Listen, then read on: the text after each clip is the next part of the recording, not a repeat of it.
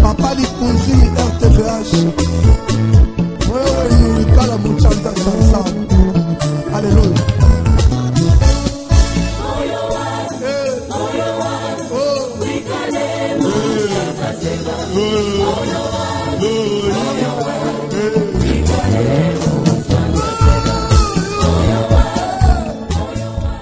Shalom, shalom, bien-aimé dans le Seigneur. Shalom, balingami katinankolo. Bisika nyonso bozali kolanda radio télé voici l'homme.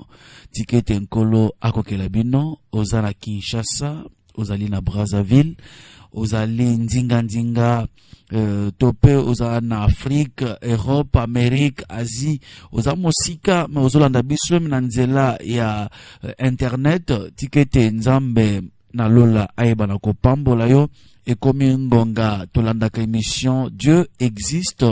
Dieu existe. Ozali émission présentée par Papa Jean-Pierre Moussese, tobengaka Papa Likonzi. Voilà, tozawana na kati émission na biso ya lelo le 1er avril. Le 1er avril, ozali mokolo ebele bazo profiter kokosa.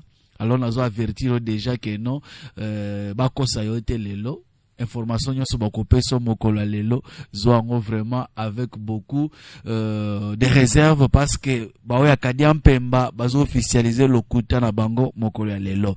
Na avertir déjà. C'est l'émission Dieu existe.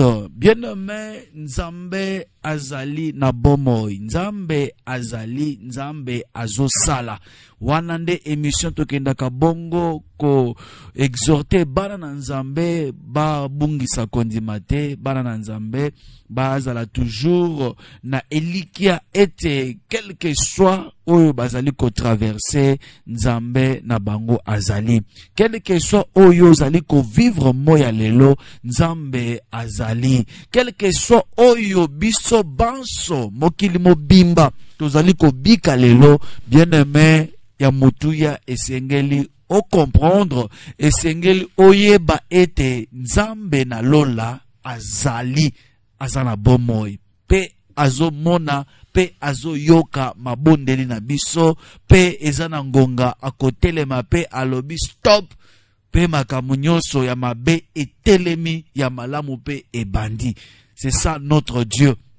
Oyo ngana yo tosambelaka, oyo na eko talisa yo na tongo ya lelo. Émission na biso Dieu existe, to tirango na mukana na Hébreux chapitre 11 verset 6. Bible zolobete, or sans la foi, il est impossible de lui être agréable, car il faut que celui qui s'approche de Dieu croit que Dieu existe et qu'il est le rémunérateur de ceux qui le cherchent. Bien-aimé, baoba lukaka Nzambe, Nzambe afutaka bango. Ozoluka Nzambe ya motu ya Bible zolobete zalana na kondima. Parce que ceux qui ozangi kondima, bien-aimé dans le Seigneur, na mabondeli nyoso oyo tozo sala depuis to bandaki, mabondeli nyoso tozo sala depuis pandémie oyo ebandi ezolia bato ekangi biso na bandaku maito bimezate, bien-aimé tikala koyebete Nzambe aza pe azo yoka. Eloko azo senga na yo eza kondima emata. Sans la foi, il est impossible de lui être agréable. Car il faut que celui qui s'approche de Dieu croit que Dieu existe. Et pas seulement qu'il existe, il est aussi le rémunérateur de ceux qui le cherchent. Baoya Nzambe, baloba men place baza.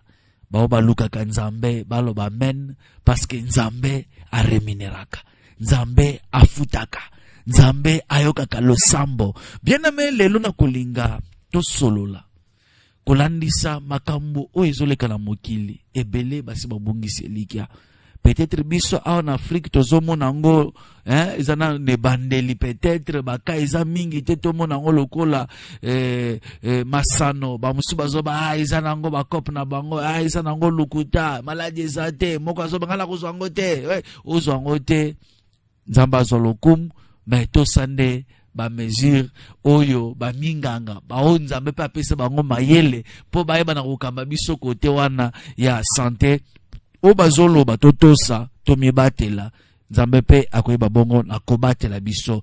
mais kobosa na pete que c'est vrai tozomi batela mais biso ya nzambe eliki obepa ya nzambe eliki obepa ya nzambe parce que tozomona ba misusu ba mikangeli na bandako ba bimata te ba kutana tana contact na mutu aza malade te mais ba mikuti na malade na banzo olandaki mate ya papa na poko tango azote azopesa exemple batu ba mikangeli na ndako na poto confiné azobima te nyonso na ndako mais ba se retrouver malade diable azo profiter mais malade wana wutu wapi na diable ba profiter na coronavirus ba beti ya bango mungete ba beti ya bango flèche bazoluka basera bango sacrifice mais tango ndeko ya telemi na ba prière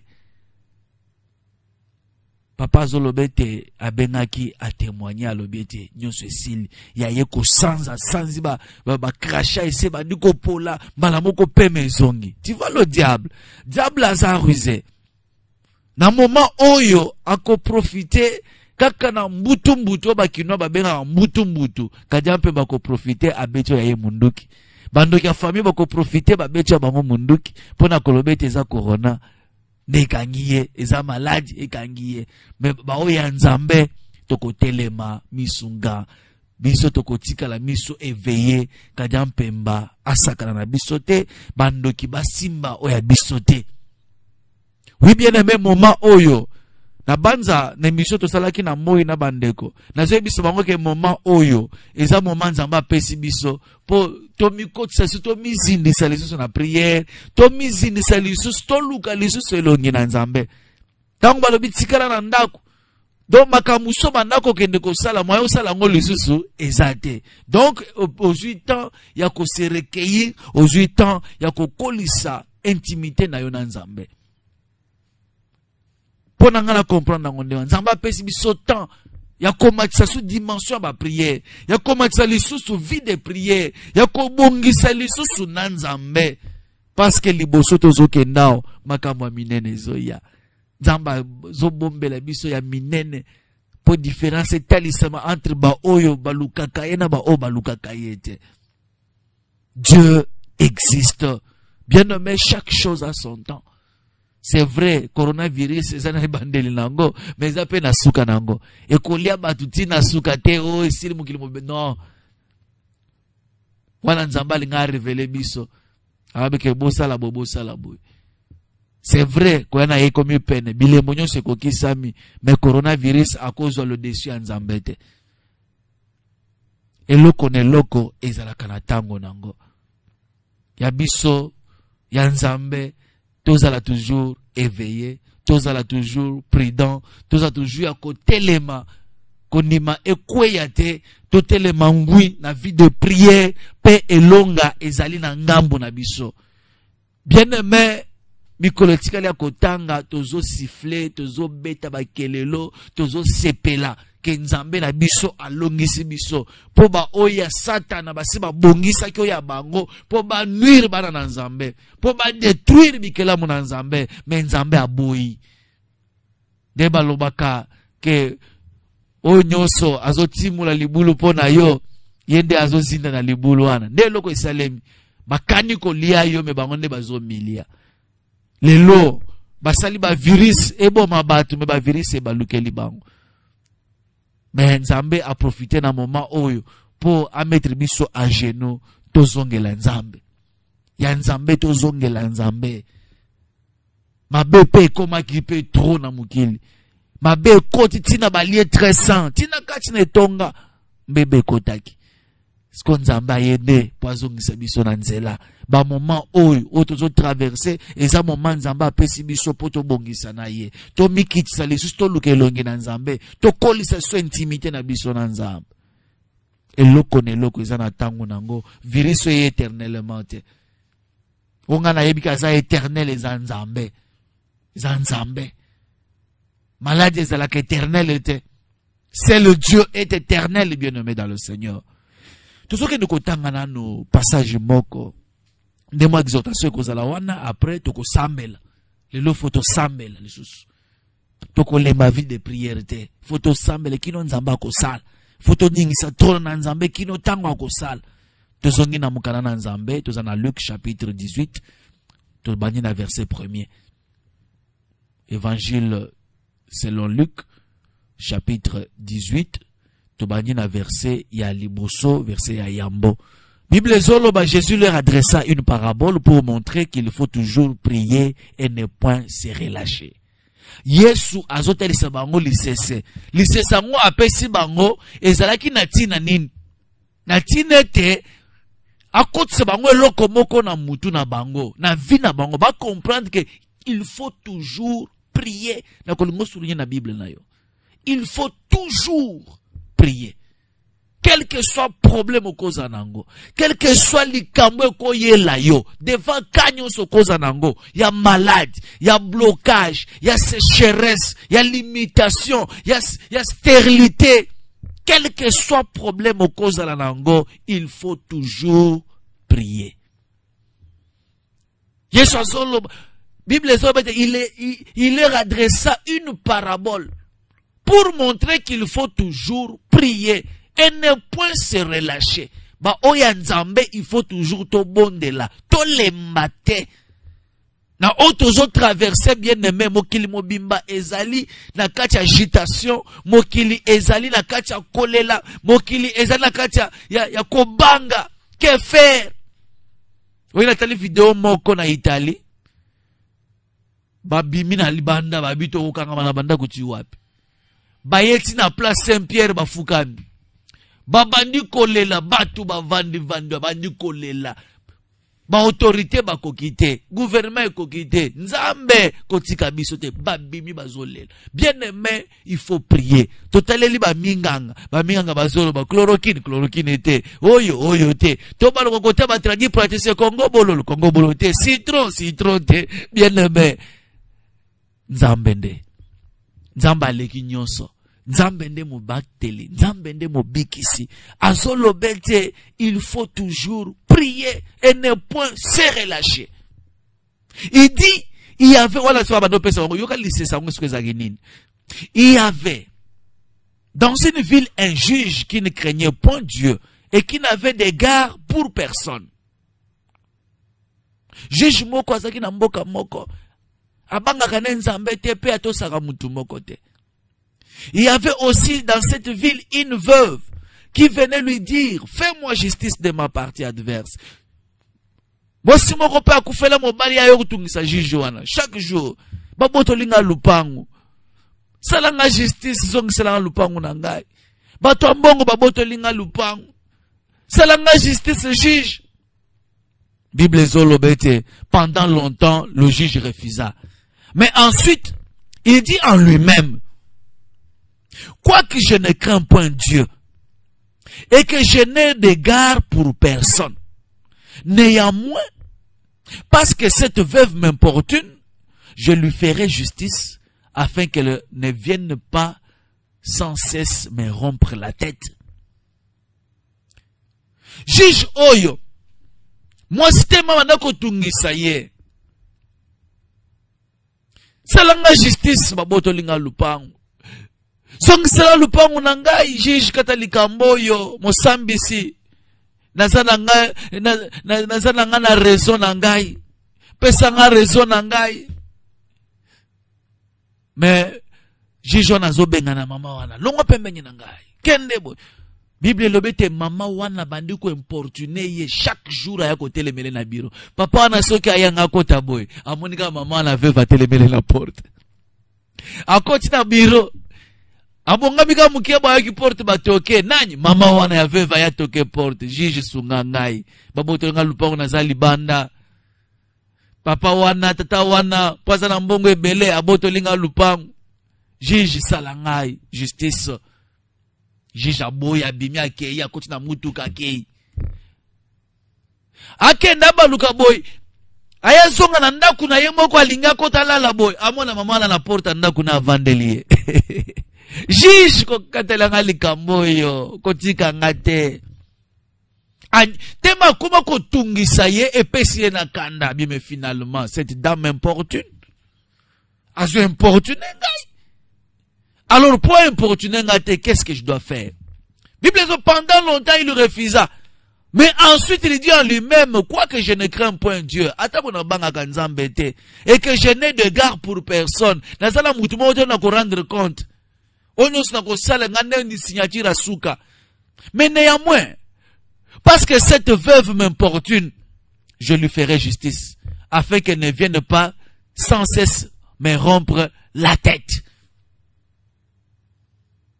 Ti amoni ke pona koma kimia atungisa nga lisusu te amona nga na bato tovandi mama na ya telemi na kote pa boye na lukeluka kolia aya telemeli nga po makambo esila qu'est-ce qu'il faut faire na rendre justice na zongisele eloko ne babotolaki pona vanda kimia. Ça c'est le juge unique.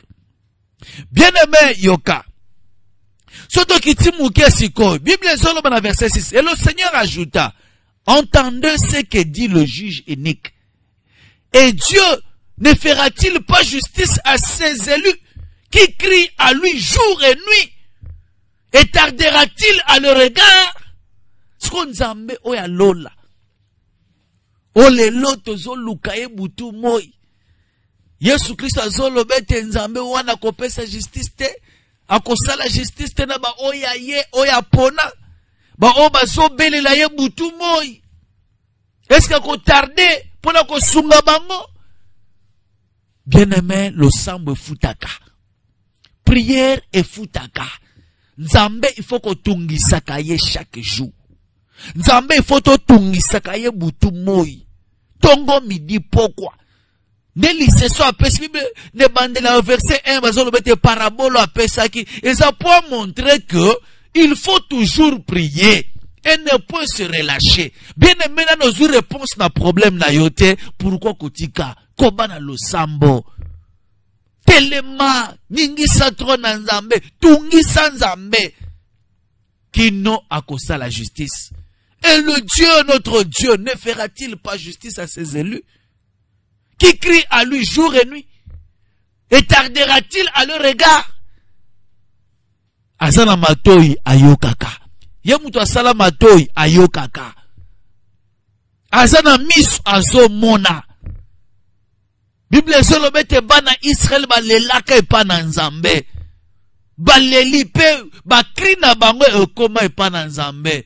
Bien aimé nzamba ko sala semblant loko azo yokate.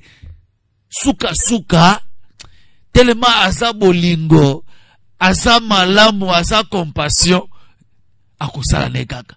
Akotika te bikele muna ye ekene na kobeba kaka na kosila bo jamais. Jamais.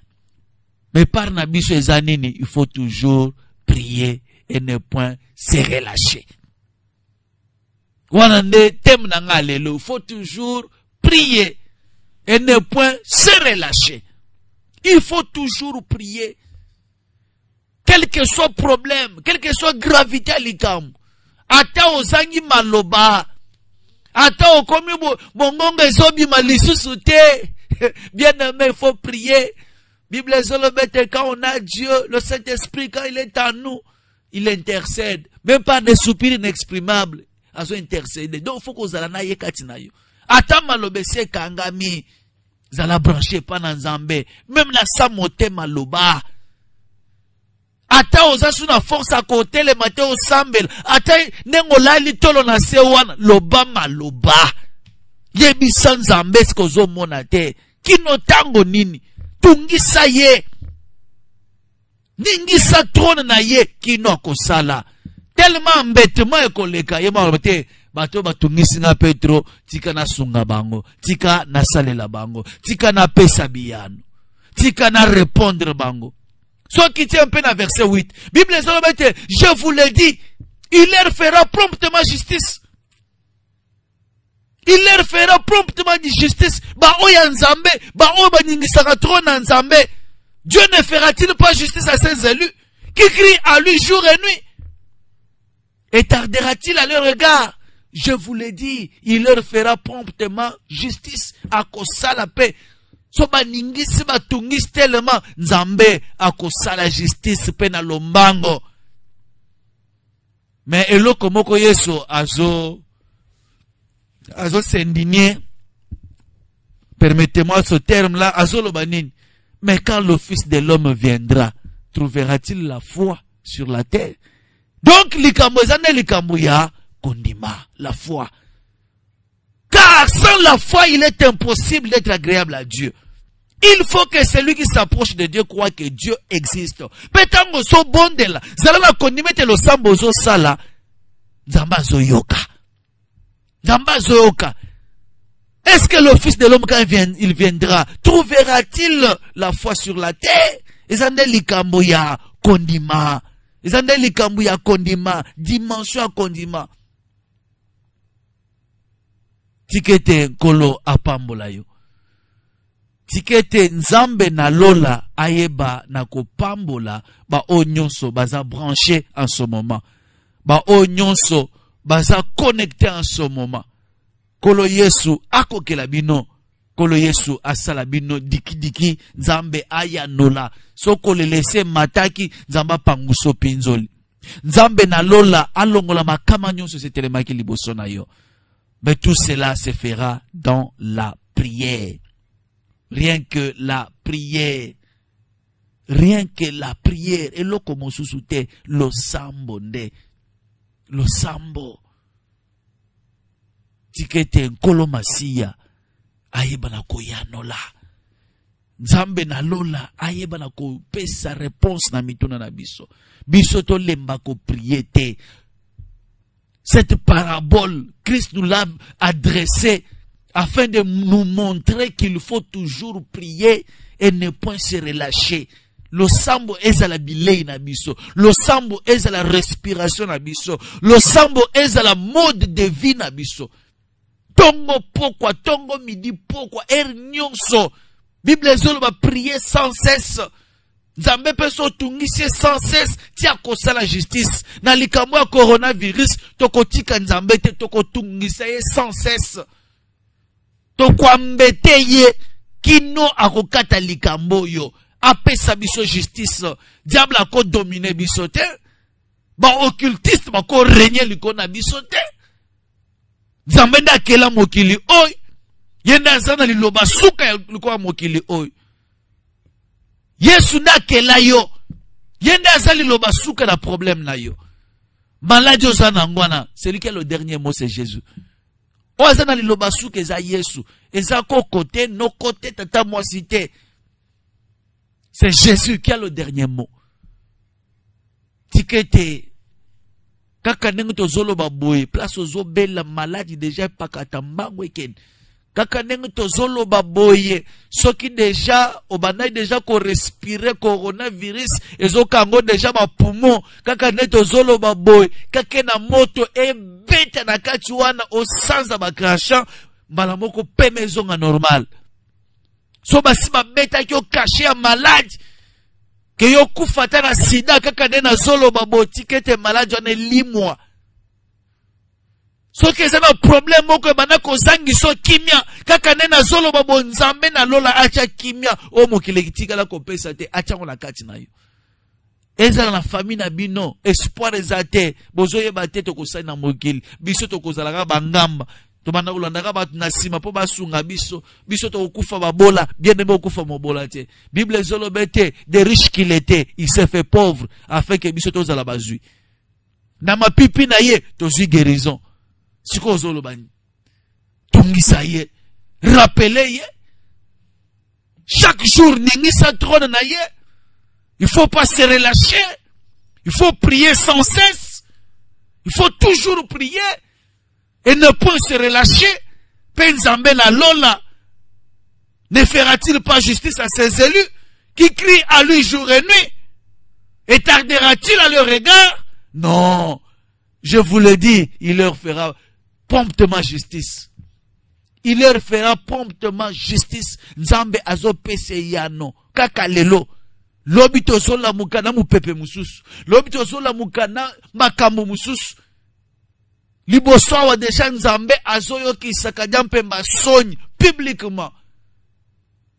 Publiquement kadampe mazo sambwa. Pe asa sambwe deja. Depuis kulusu asa sambwa ka.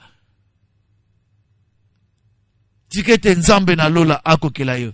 Nzambo tobenga ka le Dieu de miracle. Asala kamakambo elekela kabatu. Atambola likolo na mai, agangela bambonge mbonge tosa.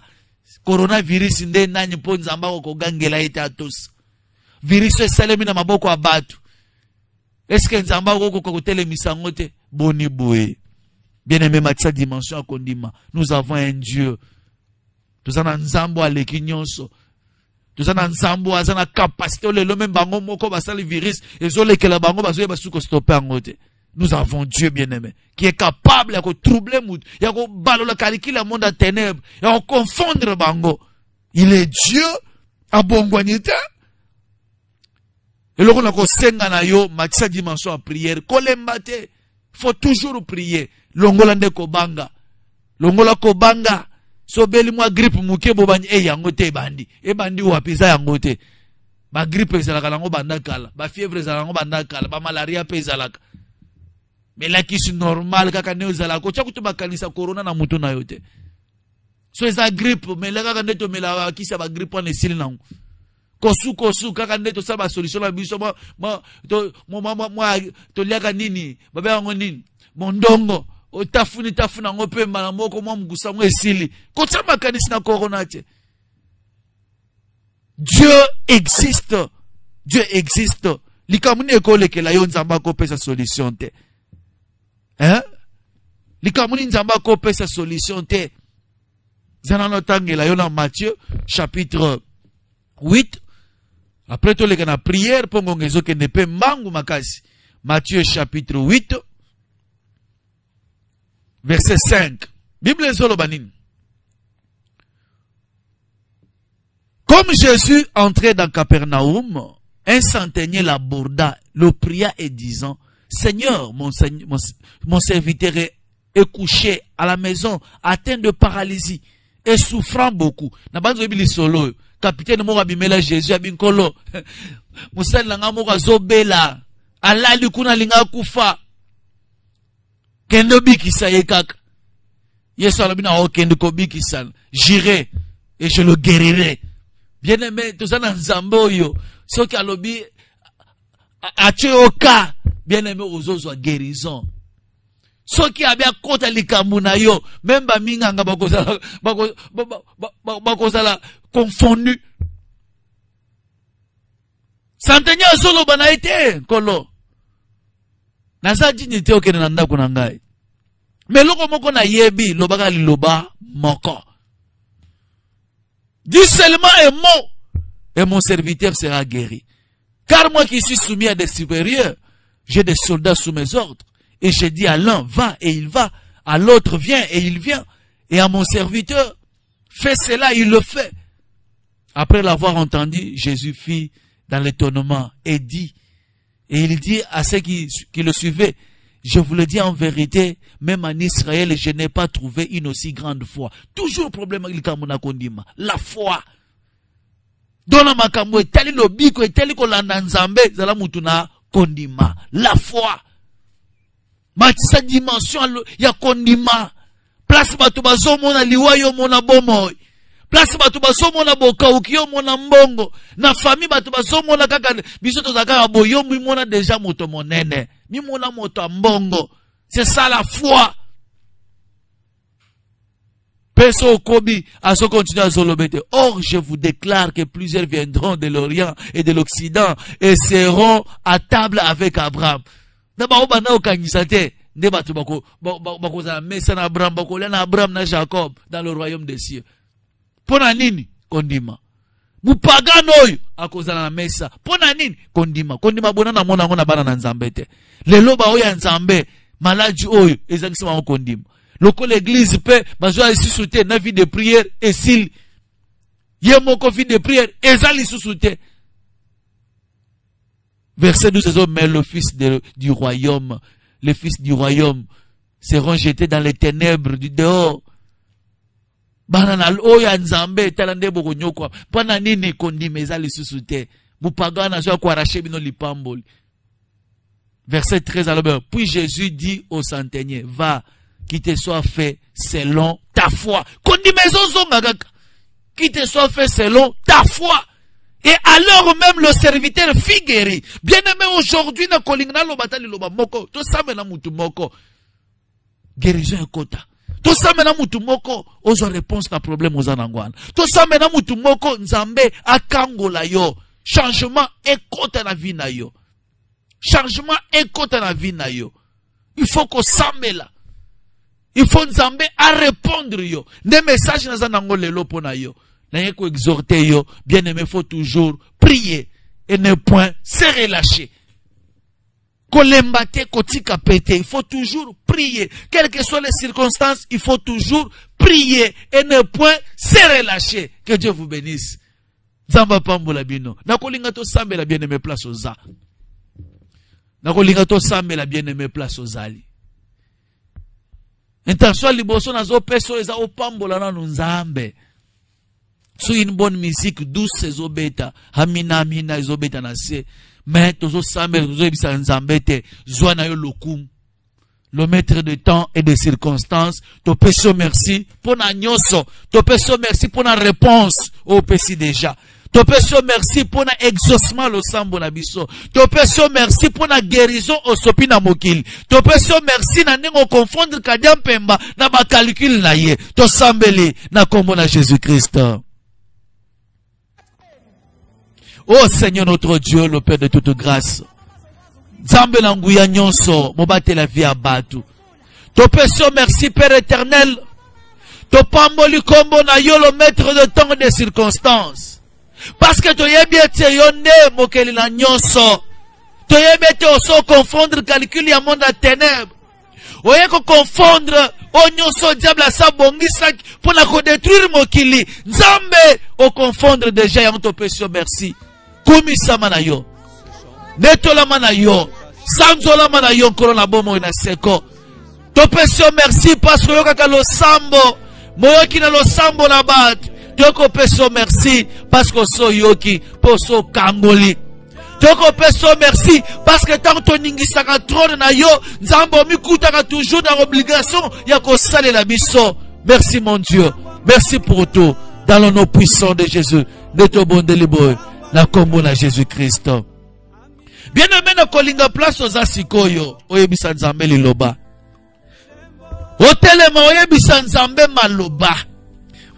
Parce que son tangi mokana na nzambe, na Matthieu chapitre quoi, na Jean chapitre 16, verset 24.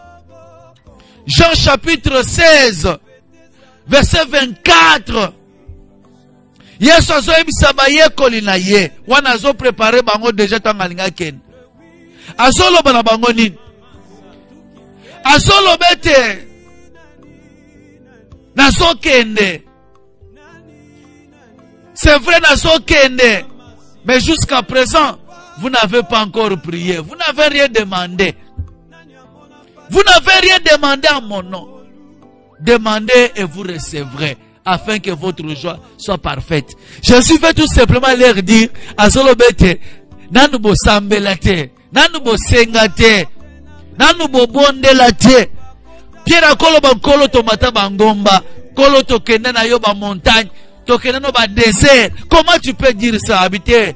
Vous n'avez pas encore demandé à mon nom. Demandez et vous recevrez. Afin que votre joie soit parfaite.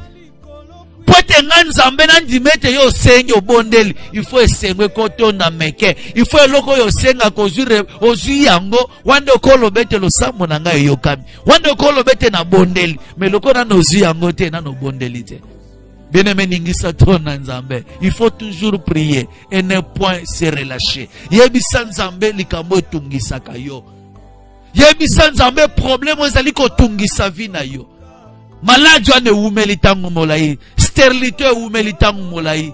Même dans moment où on a période de confinement, où nzamba salete etika la témoignage, au botama passa etika la témoignage. Papa ebika période de confinement to sambela kanayo nzamba sala. Il est Dieu. Yebisa ye kolo sala quelque chose na vie na ngai. Na lelipe tango molai pangu sapinzoli na ngai. Yawe na pusa nyepa na yo kokela ngai yanola ngai afin que esengwe tonda meke na vie na ngai. To sambeli na kombo la Jésus. Éternel Dieu, nzambe na nguya nyonso. Zambo asala kamakamwele ke la kabatu. Père, le Dieu tout puissant, Nzambo asalaka makambo minene zayo. Mosusu azate. Kolo kino tango nini na kotambola na mai na miso. Kino tango nini nzoto na ngai kozalaka ka terrain ya football ya bandoki. Maladie epai, bokauke epai, sécheresse epai. Oh mon Dieu, fais quelque chose. Tellement la vie na ngai ya nola. Tellement la vie na ngai confondre kadia mpemba. Tellement la vie na ngai kolo bandoki batikala na soni. Batikala na soni. Baonyo so bakanisa kingana kokufa, bangonde bakufa. Bao basi batimola ki mabulu po bakunda ngai, bangonde bakota na mabulu. Esongela bango moko.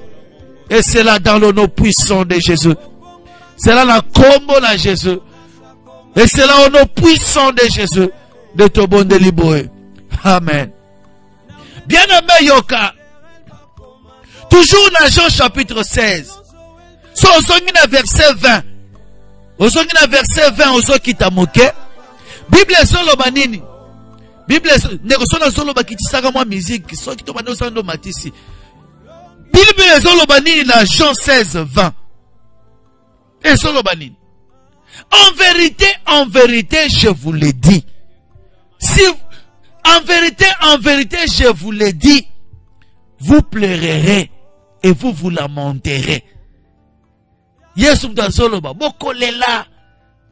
Boleli pe bokomi ko se lamenter. Est-ce que nzamba aza? Est-ce que makambo ezoleka na mokili nzamba azo imona? Est-ce que ozo mituna ba question? Ozo se lamenter. Est-ce que nzamba yebi atangai? Makambo pona nzamba ko tika biso te na niveau oyo, tu te lamentes trop. Yesu asa prédisa kango azolobete. En vérité, vous pleurerez et vous lamenterez.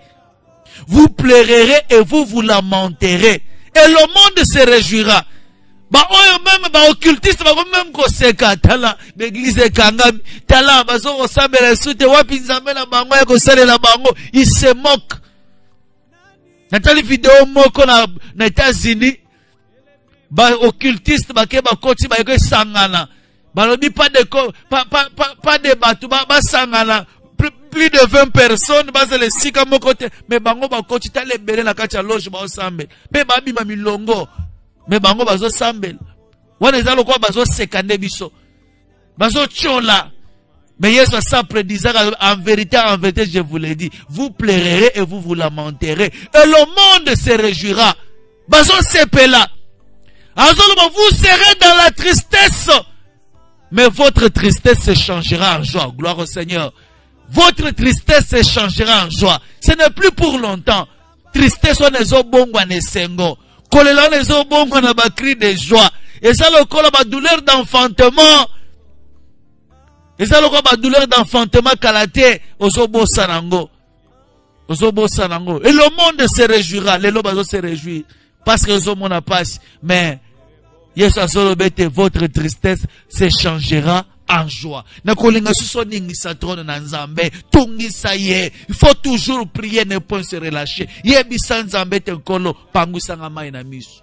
Kolo pangusanga mai na miso. Pesanga e onazo luka. Bien-aimé, yon des prophètes à liboso ya vina yo. Tu connais ton problème, dis-lui quelque chose. Yebisa Seigneur, pe sa réponse na problème nangai. Baseki nga pe tango molai. Bacholinga petro. Seigneur, confondre baini nangai to sambeli na kombo la Jésus. Oh Jesus Christ, my God. Nzambe na longa, nzambe na lola. Baseki biso petango molai. Bazo seka biso kino moya lelo. Yesu telema ou arrêter hémorragie oyo. Telema ou arrêter hémorragie oyo. Telema kolo confondre kadiam pemba na ba colite na ye. Tellement Yesu Masiya mokile yebete, nous avons un Dieu puissant, un Dieu tout puissant. Tellement kolo la bomo, tellement sala quelque chose, tellement kango la mokile, tellement kango la monde entier, na passion yo, tellement kango la mandeko baso belle, bon basa déjà na katia bambeto hôpitaux, baso ko tellement te, Seigneur étends ta main, Seigneur, étends la main de guérison, Jésus. Bien-aimé Yoka, sika wana kolingo ozwa sikoyo autorité. La Bible dit résistez au diable et il fuira loin de vous. Que le feu de Dieu descende maintenant. Le feu de Dieu descend maintenant. La Bible nous dit que l'Éternel, ton Dieu, il est le feu dévorant. Un Dieu jaloux. À cause de ces pélatés que là, manipuler, jamais. Qu'il descende maintenant, sous forme ya moto, à ça le jugement naïe. Parce qu'il opère ses jugements par le feu. Moto kita, nakaya banguna, nakaya ba onyo subazoluka, o bazomo, basepele, bamonaka ozolela. Oya bangwe sengo tango ozo bundana na vie, boka uke pas stérilité, sécheresse, instabilité, bango bazo sepela. Moto na nzambe kita éprouver mutu nyonso alingaka kufa na yo alingaka bokauki na yo alingaka toujours mono ozo lela moto ekite panza na ba calcul na bango na mitambo na bango basi batie bazozela bamona maladi ekoti na ndaku na yo moto ekita na maladi wana ezongela bango moko tosambeli na kombo na Jésus dans le nom puissant de Jésus nazokende kotato la grandeur na yo. Toi le feu dévorant de sang maintenant. Ok de kolandela o nyonso azo kana libota na ngai. Azo kana via bana na ngai. Azo kana via baboti na ngai. Azo kana via bandeko na ngai na bana na bango. Moto ekita maladi o basema bongisi ezongela bango moko na bana na bango. Et c'est là au nom puissant de Jésus. Na neutraliser nguya nyonso ya diable. Dans le nom puissant de Jésus, que le feu de Dieu descende maintenant, écraser nyonso ya Satan, étouffer nyonso ya diable, dans le nom puissant de Jésus, de Tobonde le boy, na kombo na Jésus Christ. Amen. Voilà, bien aimé la banza ngongeza ngonga. Tozokende vers la fin, mais on va prier pour quelques personnes. Bible zoloba, prier les uns pour les autres. Et la grâce que Dieu nous a donnée aujourd'hui, mettre au service na yo. Que chacun mette au service des autres la grâce qu'il a reçue de Dieu.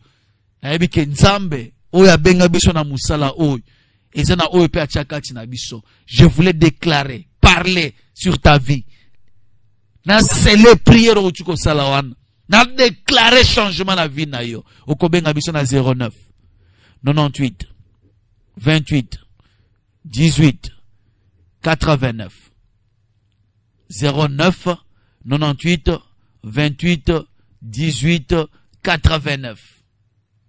Nabanza numéro kaka biswana hein yango kaka échanger pété 099 828 18 89. Ndeko moko na nzela singa. Allô? Allô papa. Oui, comment na nyobenji wapi? Na bengi na lemba mama mwandi. Oui maman. Diminue la volume à radio, diminue olobi bonji maman. C'est vrai.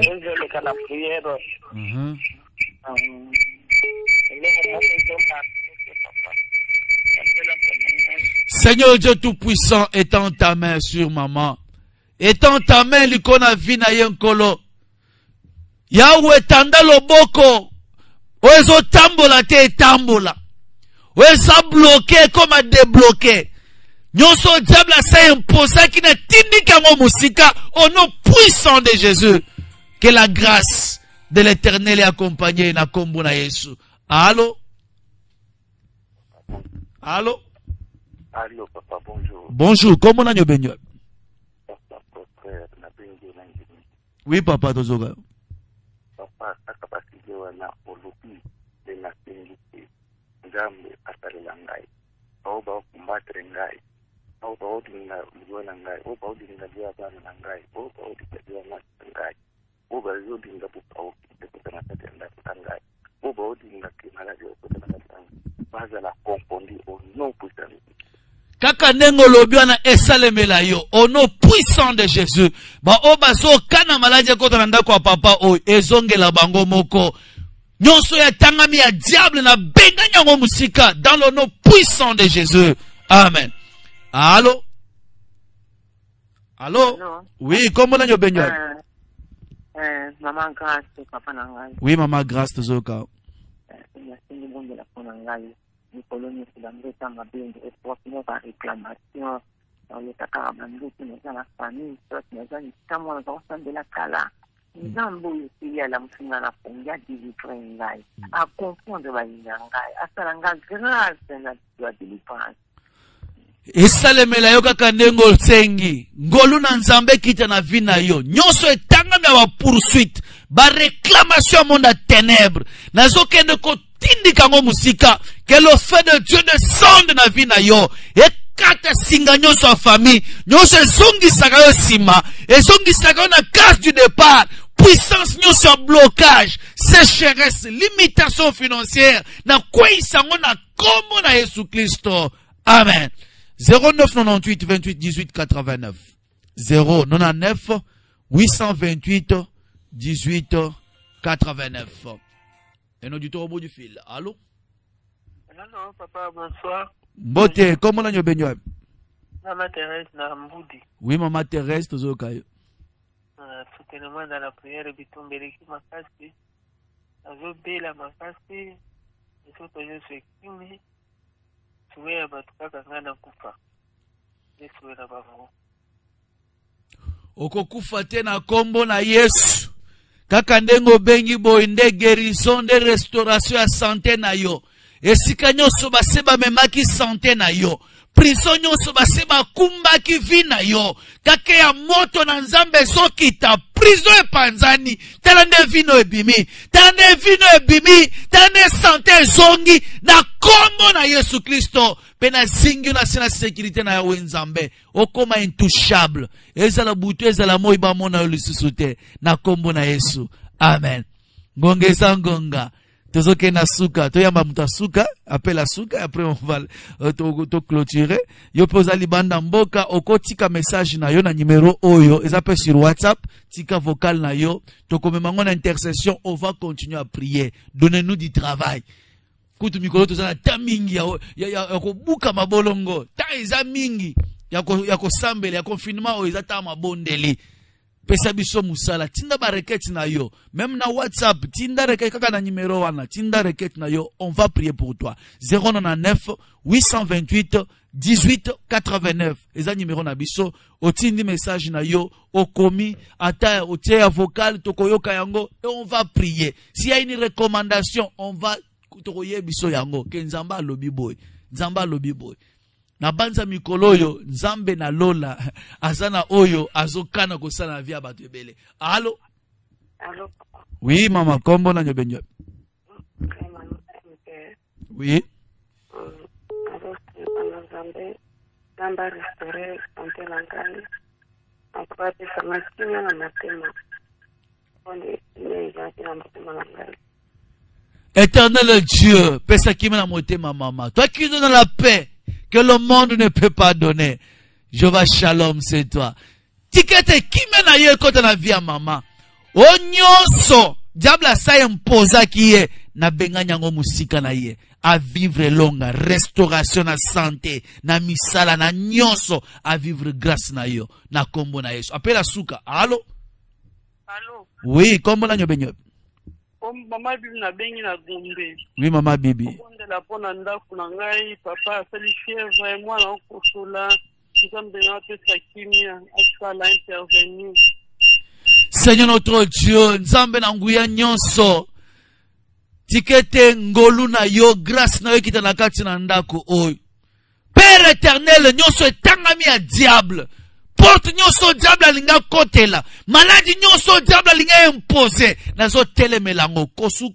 O grippe. O nyonso basiba impose. Ezala nuit sans effet na kombo na Yesu.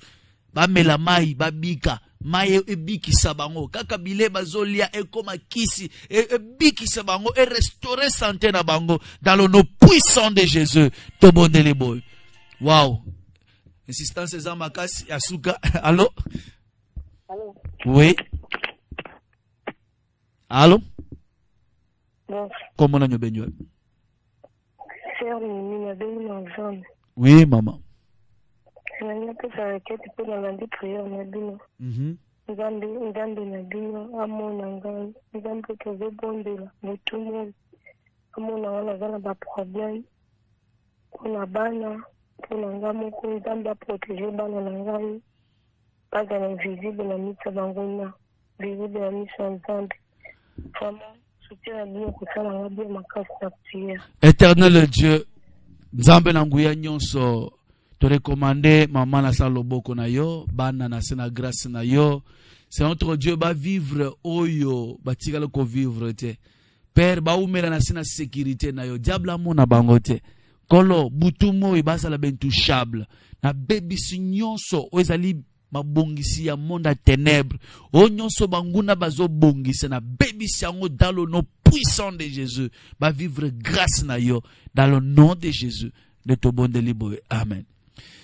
Oui, bien aimé, to komina suka, émission Dieu existe, émission yako pesa lisusu elike kati na bana na Nzambe, émission yako pesa ko pelisa lisusu la flamme, o ese kufaki déjà kati na vie na yo. C'est l'émission Dieu existe avec papa Jean-Pierre Moussese alias Papa Likonzi. Tosukeli aopona lelo. Tika ba message na yo, tinda ba vocal na yo na numéro 1 eza sur WhatsApp. Ozaloza wapi na États-Unis, na France, na Europe, mobimba, Océanie, oza na Afrique, oza na Kinshasa, na province, oza na biso même na nzela internet. Quel que soit ton problème, bien nommé, Nzambe azalaka. Dieu existe. Méditaka passage wana. Hébreux chapitre 11 verset 6. Nzambe azalaka. Or, sans la foi, il est impossible de lui être agréable. Car celui qui s'approche de Dieu, et ce Dieu-là existe. Il faut qu'il croie que Dieu existe et qu'il est le rémunérateur de ceux qui le cherchent.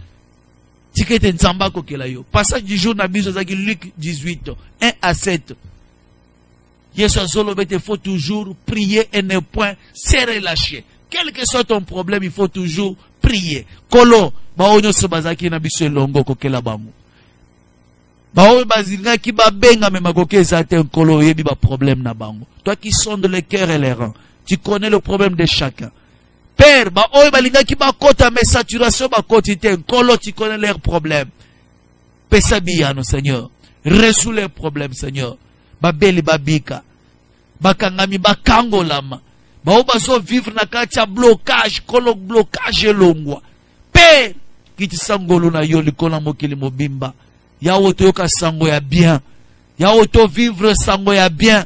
Ba occultisme baza la confondu. Na ba calcul na bango Nzambe confondre bango. Et cela dans le nom puissant de Jésus. Grâce na yo couvrir biso. Na mabota na biso. To umela na sena ngolu na yo. Maladie oyo toyoka ngona masolo. Ekota na ba famille na biso te. Ekota na kati na bandako na biso te. Kolo mabota na biso. L'église na biso. Eza toujours na sena mapapu na yo.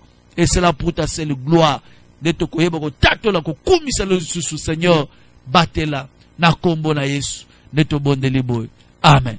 Merci na bino banso. Merci na de komatondo azaki na réalisation. Pe to pambole mutu nyonso bisiko zwami. To pesi merci na papa François Mutombo. Bisika zola na biso. To kolemba lo sambote. Nous allons toujours prier et ne point se relâcher. Kino Nzambe akoyanola. Voilà, to kutani prochainement. Ciao.